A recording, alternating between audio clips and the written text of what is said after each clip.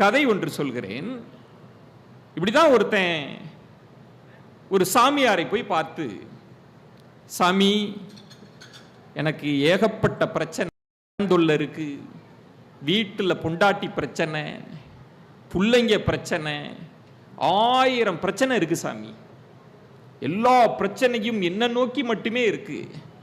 இதுக்கு ஏதாவது தீர்வு சொல்லுங்க. ஒன்று நீங்க தீர்வு சொல்லணும், அப்படி இல்லைன்னா நான் தற்கொலை செஞ்சுக்கணும். 2 தான் எனக்கு வழி இருக்கிறது. ஏதாவது சொல்லுங்க சாமி அப்படின்னு கேட்குறான்.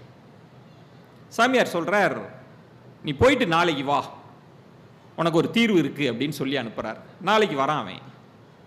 வந்த பிறகு சாமியார் சொல்றார், கஷ்டம்லாம் இருக்குல்ல, ஆமா, எல்லா கஷ்டத்தையும் சொன்ன பிறகு ஒரு சின்ன குவலையை எடுத்து அதில் கொஞ்சம் தண்ணியை ஊற்றி கொடுக்குறார். ஏதோ தீர்த்தம் கொடுப்பார் போல இருக்குன்னு அவன் நினச்சிக்கிறான்.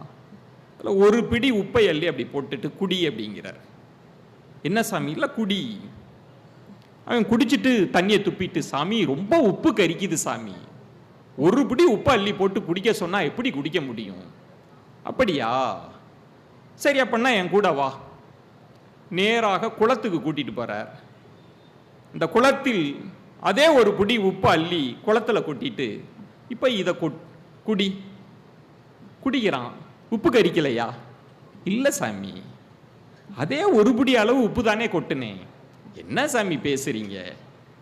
அது பெரிய குளம் இல்ல, இது சின்னஞ்சிறிய குவளை இல்ல, குவளையில் கொட்டினால் உப்பு கரிக்கத்தானே செய்யும் என்று சொன்னபோது அந்த சாமியார் சொன்னாராம், அவர் சாமியார் அல்ல, ஜென் துறவி, இதே போலத்தான் உன் மனம் விசாலமடைந்தால், வாழ்க்கை பற்றிய புரிதல் விரிவடைந்தால் உன் கஷ்டம் சிறியதாக இருக்கும்.